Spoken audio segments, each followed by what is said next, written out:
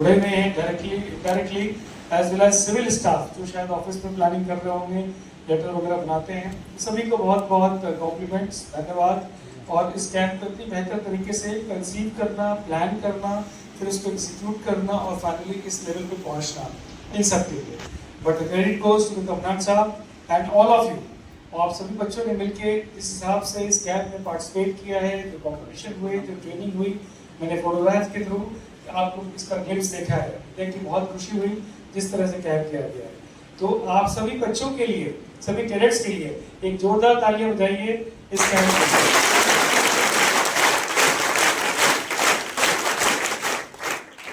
Thank you and my compliments once again to the Alpha company commander as well as ANO who was heading it for putting up a wonderful show. और जो लोग second and third आए, I am sure Alpha company तो Bravo Charlie Delta कामेको company भी होगी। सो निराश नहीं होना है, इट्स कॉम्पिटिशन, कोशिश करनी है और एक कॉम्पिटिटिव स्पिरिट डेवलप कराना है। सो आई एम श्योर आगे चल करके आप अच्छा करेंगे, आपकी टीम अच्छा करेगी जहाँ पर भी आप रहेंगे। और इसके बारे में थोड़ा आपको और बताऊंगा अभी कि हम लोग कॉम्पिटिशन क्यों कराते हैं, क्या मतलब है कॉम्पिटिशन कराने का, ठीक है। बट चलिए, थैंक यू वेरी मच।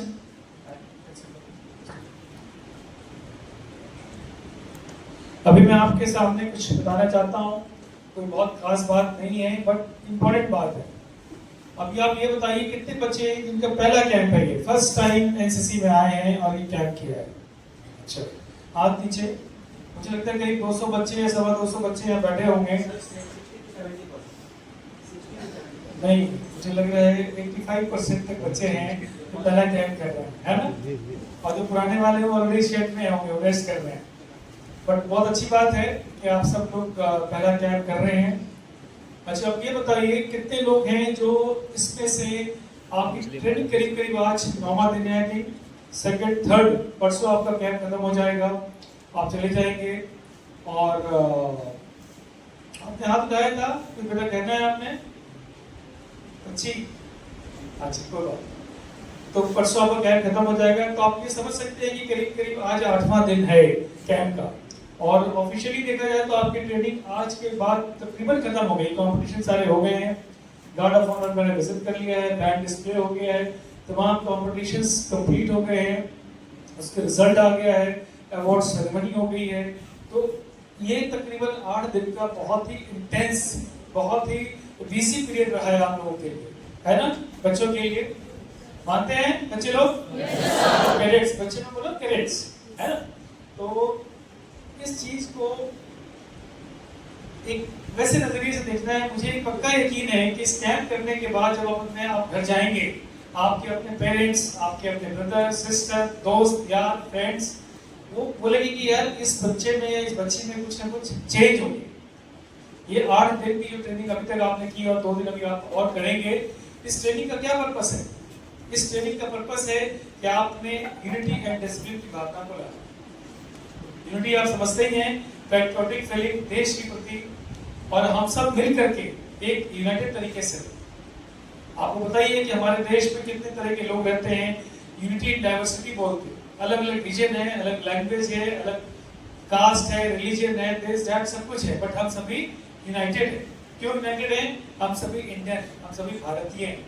हमारी पहचान क्या है? भारतीय। और एनसीसी आपको ये चीज सिखाता है। हमारे यहाँ देखिए किसी भी जात पात धर्म, किसी रिलीजन का कोई झंडा वंडा नहीं होता, सब एक झंडा है और एक चीज हम मानते हैं। और एनसीसी सॉन्ग भी आपने सुना होगा, हम सब भारतीय हैं, पहली लाइन और लास्ट लाइन भी वहीं से शुरू होती है, ठीक है। तो ये यूनिटी की बात है। दूसरा है डिसिप्लिन। आप सभी चूंकि कैडेट्स हैं, आई एम श्योर कुछ जूनियर डिवीजन के हैं, कुछ सीनियर डिवीजन के हैं, बट बाय एंड लार्ज आपकी जो एज लिमिट होगी, मुझे लगता है 10-12 साल से लेकर के 20-22 साल के अंदर वाले ही हैं। तो सभी स्टूडेंट्स हैं, तभी आप एनसीसी में, जो स्टूडेंट नहीं है वो एनसीसी में नहीं आ सकता, ये ध्यान रखिएगा। तो आप सभी स्टूडेंट्स हैं और एक स्टूडेंट की लाइफ में कितना जरूरी है, ये मुझे लगता है कि बताने की जरूरत नहीं पड़नी चाहिए, बट फिर भी आपको पता होना चाहिए। अगर आप स्टूडेंट हैं तो आपको अपना अनुशासन अपने खुद की जिंदगी में लाना है, अपने लाइफ में लाना है, अपने दिनचर्या में लाना है, डेली रूटीन में लाना है। उसी तरीके से आप घर में रहते हैं, घर की अलग डिसिप्लिन होती है, उसको फॉलो करना होता है। जब आप स्कूल और कॉलेज जाते हैं तो वहाँ पर डिसिप्लिन में रहना पड़ता है। एक तरीका होता है, उस तरीके के हिसाब से आपको बिहेव करना होता है। क्लास का टाइम है, क्लास में रहना है, अगर ब्रेक होता है तो बाहर जाना है, फिर कैसे बात करनी है, कैसे टीचर से बात करनी है, कैसे अपने दोस्तों से बात करनी है, किस तरीके से कंडक्ट करना है स्कूल में, वो स्कूल के डिसिप्लिन होता है। उसी तरीके से जब आप समाज में रहते हैं, शाम को खेलने जाते हैं, मोहल्ले में रहते हैं, अपनी कॉलोनी में रहते हैं, तो वहाँ के डिसिप्लिन अलग होता है जब आप अपने पड़ोसियों से इंटरेक्ट करते हैं। बट हर जगह कहीं ना कहीं डिसिप्लिन इन्वॉल्व है। तो ये सब चीज़ें आपको कौन सिखाता है? एनसीसी। और आप बताइए कि आपका सबसे इम्पोर्टेंट चीज़ यहाँ पे क्या हो रहा है, जो आपने ध्यान दिया होगा, ड्रिल क्यों सिखाई जाती है? वही खाली थम खाली 1 2 बाएं मोड़, दाहिने मोड़, 3 4, इतना ही होता है ना। बट इससे फायदा क्या है? आपकी अपनी बॉडी, आपकी पर्सनैलिटी, कहते हैं ना, इसकी पर्सनैलिटी बहुत डिफरेंट लगती है, अलग से। उसके चलने का तरीका, उसके बोलने का तरीका, उसके कंडक्ट करने का तरीका, उसके अपने हाथ और पैर हिलाने का तरीका, वो सब बदल जाता है। तो जब आप इस कैब के बाद अपने घर जाएंगे, आप अपने कॉलेज और इंस्टीट्यूशन जाएंगे, तो यू रियलाइज कि आप में काफ़ी कुछ बदलाव आया है और इस बदलाव को पॉजिटिवली लेके चलना है, इसको और आगे कंटिन्यू करना है। कैसे बैठना है, कैसे सामने सर उठा के देखना है, आंख में आंख निकाल के बात करनी है, आंख में आंख डाल करके, ये सब चीजें कॉन्फिडेंस आपको ड्रिल से आता है। Chest up, shoulder back, tummy in, ये चीजें सिखाया गया है ना आपको। ये सब चीजें रियल लाइफ में करना है। एक एसएससी कैडेट कभी आपको स्लाउच करते हुए नजर नहीं आएगा। स्लाउचिंग मतलब टेढ़े मेढ़े तरीके से खड़ा है, जैसे तैसे खड़ा है, हाथ कहीं है, पैर कहीं जा रहा है, बाल कहीं जा रहे हैं, वो हमेशा स्मार्टली टर्न आउट होगा। मतलब बाल उसके अच्छे से होंगे, साफ सुथरा होगा, नहाया तो होगा। कपड़ा कोई भी पहने, ऐसा नहीं कि बहुत जीन्स और टी शर्ट पहनेगा तो स्मार्ट हो जाएगा, दूसरा पहनेगा तो नहीं स्मार्ट होगा। आप अगर अच्छे से प्रेजेंट रहेंगे, अच्छे से बातचीत करेंगे, अपने आप को देखेंगे, तो आप अपने आप को स्मार्ट समझेंगे, कॉन्फिडेंस आएगा। तो ये तमाम चीज़ें आपको कहाँ सीखने को मिलती है? स्कैन। इसको हम लोग ओवरऑल कहते हैं पर्सनैलिटी डेवलपमेंट। तो आई एम श्योर, और जिस हिसाब से कहने को बहुत सारी चीज़ें हैं, बट जिस हिसाब से स्कैन का कंडक्ट हुआ है, इसमें कई तरह का आपको एक्सपोजर मिला है। खासकर जो फर्स्ट टाइम करने वाले बच्चे हैं, मुझे नहीं लगता है कि इतने कम पीरियड में इतनी सारी एक्टिविटीज़ आपको कोई भी समर कैंप करा के देगा। आप देखा है समर कैंप कई जगह चल रहे हैं, क्या होते हैं? आप बताओ कोई भी ऐसा समर कैंप है जो आपको फ्री में पहले तो पार्टिसिपेशन कराए, उल्टा खाना पीना खिलाए? खाना वाना मिल रहा है आपको यहाँ पे? खाना नाश्ता सब मिलता है, आपकी ट्रेनिंग भी होती है, फिजिकल फिटनेस भी सिखाया जा रहा है, आपको डिसिप्लिन सिखाया जा रहा है, आपको एक यूनिटी में कैसे रहना है वो सिखाया जा रहा है, आपको फायरिंग की ट्रेनिंग दी जा रही है, आपको तरह तरह की कॉम्पिटिशन करने की तैयारी कराई जा रही है, आपको कई तरह के लेक्चर्स दिलाए जा रहे हैं, चाहे नार्कोटिक्स का हो, चाहे SDRMA का हो, MDMA का हो, चाहे आपको आई इंस्पेक्शन हो रहा है, कहीं टेस्ट हो रहा है, कहीं पर कुछ चीजें हो रही हैं। हर दिन, हर समय, हर पीरियड में आपको कुछ नया सीखने को मिलेगा। आपने देखा ब्रह्म कुमारी का भी लेक्चर हुआ है। जिन लोगों को मेडिटेशन और जिन लोगों को उस फील्ड में, स्पिरिचुअल फील्ड में सोचना है, जो सोचते हैं, उनको अच्छा लगेगा सुन करके। जो लोग मेडिटेशन करना चाहते हैं वो फॉलो कर सकते हैं, जो लोग योगा करना चाहते हैं उनको योगा का भी एक्सपोजर मिला है, तो जो लोग गेम्स स्पोर्ट्स में अच्छा करना चाहते हैं उनको गेम्स का भी एक्सपोजर मिला है।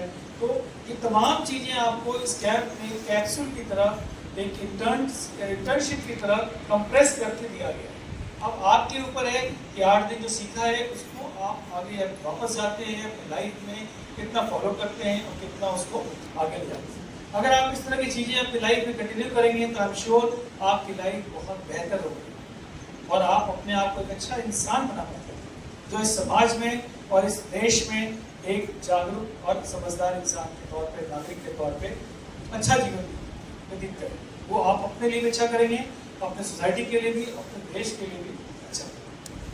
जब हमारे देश की बातें हो रही, हमारे प्राइम मिनिस्टर साहब बातें करते हैं कि हमने अमृत काल में जाना है, 2047 सुना है ना, इंडिया को डेवलप कंट्री बना दिया। कैसे डेवलप होगी? आप सोचिए, अगर आप आज 20 साल का कोई बच्चा है तो 2047 में कितने साल का होगा? आप बताइए। हाँ, आपसे पूछिए। खड़ी होइए। आज जो बच्चा 20 साल का है 25 में, तो 2047 में कितने साल का होगा? 17 नहीं, 27 ईयर्स, 22 ईयर्स ऐड हो जाएगा। करीब 40-42 साल का बच्चा होगा, है ना? बच्चा तो इसको बड़ा ही बोलिएगा, समझ रहे हैं आप? तो जो लोग अभी आप 20 साल के हैं 2047 में कितने के हो जाएंगे? 42 साल के होंगे। आप सोचिए अगर आप जो आप सीखेंगे अभी, जो आप काम करेंगे देश की उन्नति के लिए, प्रोग्रेस के लिए, तरक्की के लिए, वो आगे चल करके कितना बड़ा योगदान देगा। और आप लोग के रहते रहते ये अमृत काल आएगा इस देश में। आपने हर इंसान, हर समझिए देश के नागरिक ने ये जिम्मा उठाया है कि हम लोग देश को विकसित करेंगे। अब आपके ऊपर है कि आप उस विकसित भारत में अपनी जगह कैसे बनाते हैं।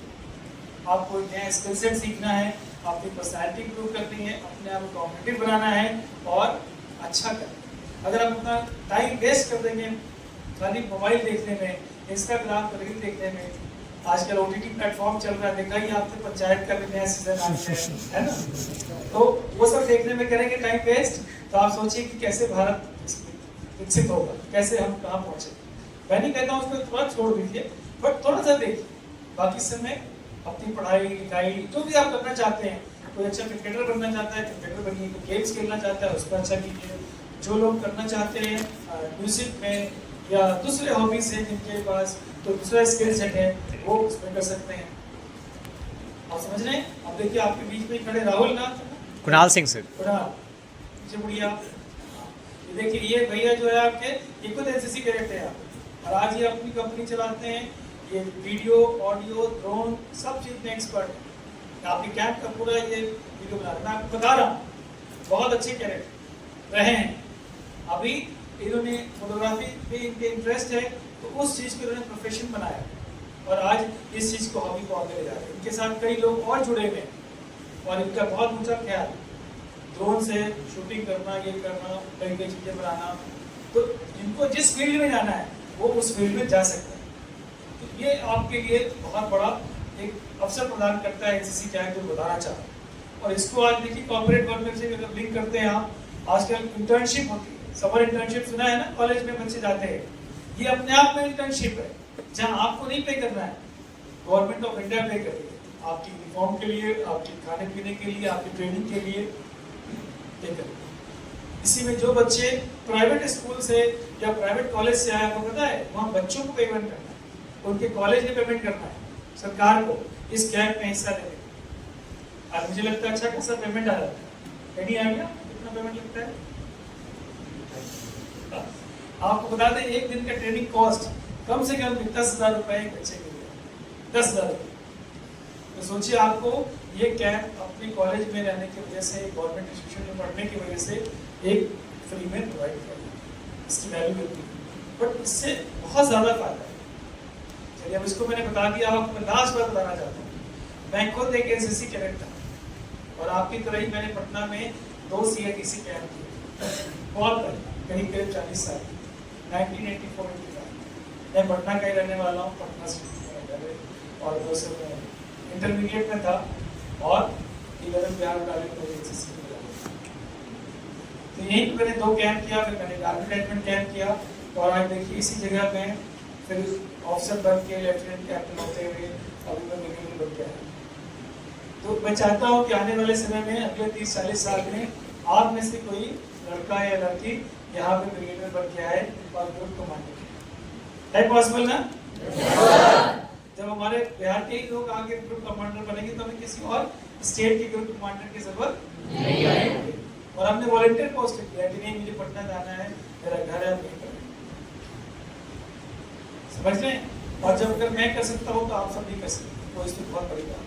हाँ, आपको कॉम्पिटिशन निकालने पड़ेंगे, आपको पढ़ाई लिखाई करनी पड़ेगी। मैं भी एनडीए में गया था इसके बाद, तो जिसका जो कॉम्पिटिशन है, जिसका जो एम है, उसको जाइए, तैयारी कीजिए, दौड़ भाग करना है वहाँ कीजिए, पढ़ाई लिखाई करनी है वो कीजिए, अपनी पर्सनैलिटी को इम्प्रूव कीजिए, जो आपकी वीकनेस है उसको इम्प्रूव कीजिए, जो स्ट्रेंथ है उसको और बिल्डअप कीजिए। इस तरीके से अपने आप को बेहतर बनाए, तभी आपका सिलेक्शन होगा। कॉम्पिटिशन टफ है, कॉम्पिटिशन टफ। तो इस कैंप से ही मुझे पहली बार फौजी इंसान दिखा था। तो मेरे एरिया में कोई फौज नहीं था, मेरे घर में कोई आर्मी है, नेवी है, तो जब मैं कैंप में आया तो पहली बार मैंने उस्ताद लोगों को देखा, पीएच स्टाफ को देखा, जो पहली बार एक फौजी दिखा।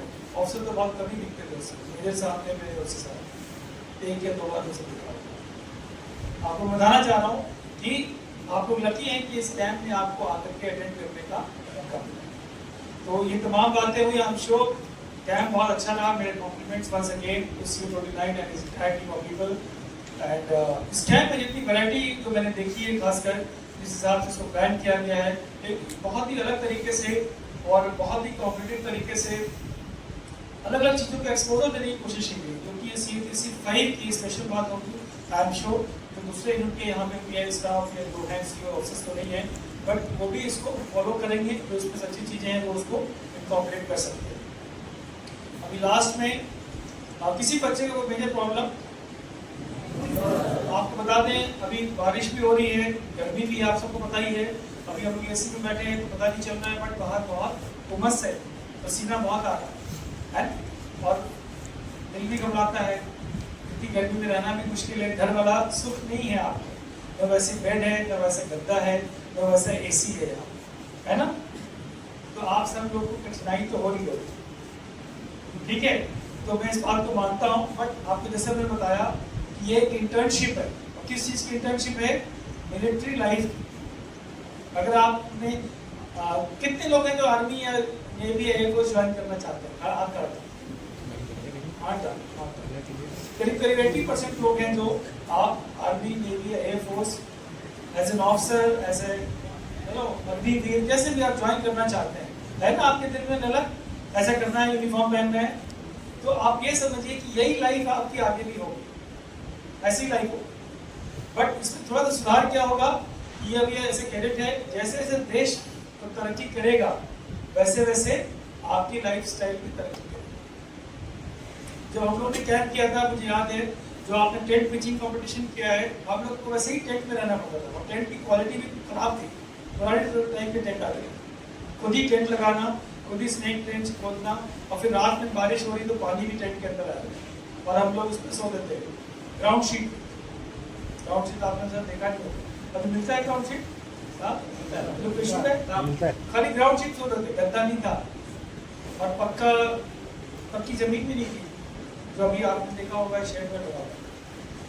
बट उसके बाद जैसे जैसे धीरे धीरे तरक्की हुई, देश तरक्की हुआ, बजट और आया, तो फैसिलिटी बढ़ती गई। लेकिन आप बाई एंड लार्ज मान के चलिए कि कभी आपको ऐसे सिचुएशन में भी रहना पड़ता है। तभी देखिए फौजी लोग जो है तो श्रीनगर में रहता है, लेह लद्दाख में रहता है, सियाचिन में भी रहता है, और एक से एक डिफरेंट एरिया में भी रहता है, उसको कोई फर्क नहीं पड़ता है। उसको AC में रहेगा तो AC में भी रह लेगा, नॉन AC कहेगा तो नॉन AC में भी रहेगा, राजस्थान में भी रह लेगा, तो इधर मेघालय जैसी जगह में भी रह लेगा जहाँ बहुत बारिश हो। तो आप पहले सोच लीजिएगा कि इस तरह की लाइफ आप लीड कर सकते हैं। अगर आपको ठीक है, आप एडजस्ट कर सकते हैं, तो आप आर्मी या नेवी या एयरफोर्स के लिए फिट है, आप पास हो जाएंगे, कोई दिक्कत नहीं।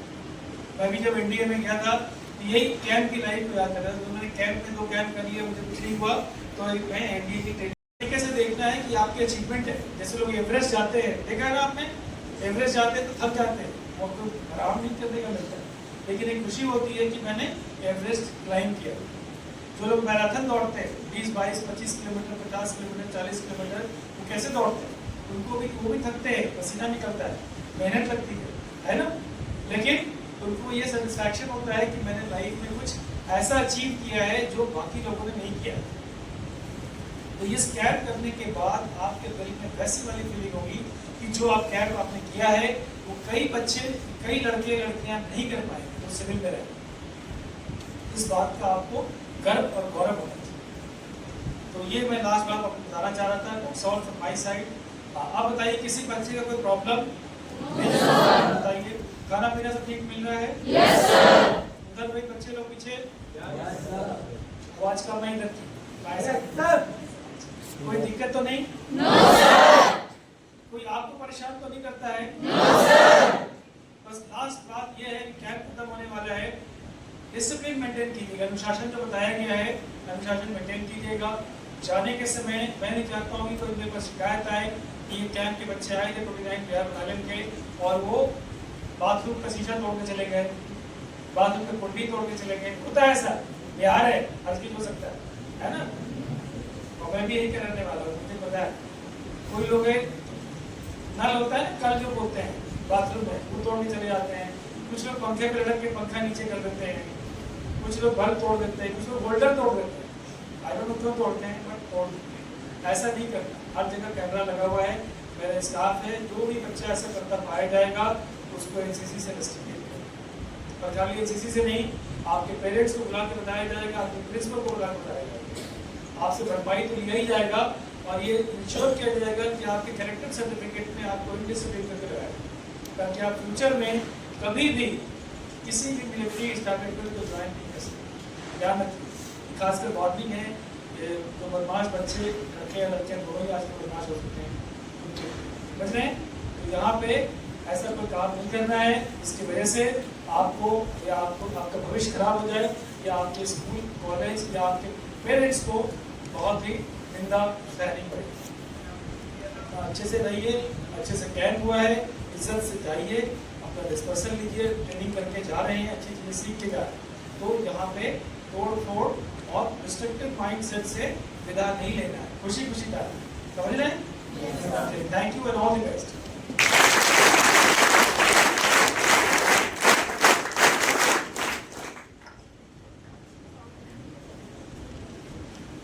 Thank you so much for your invaluable words.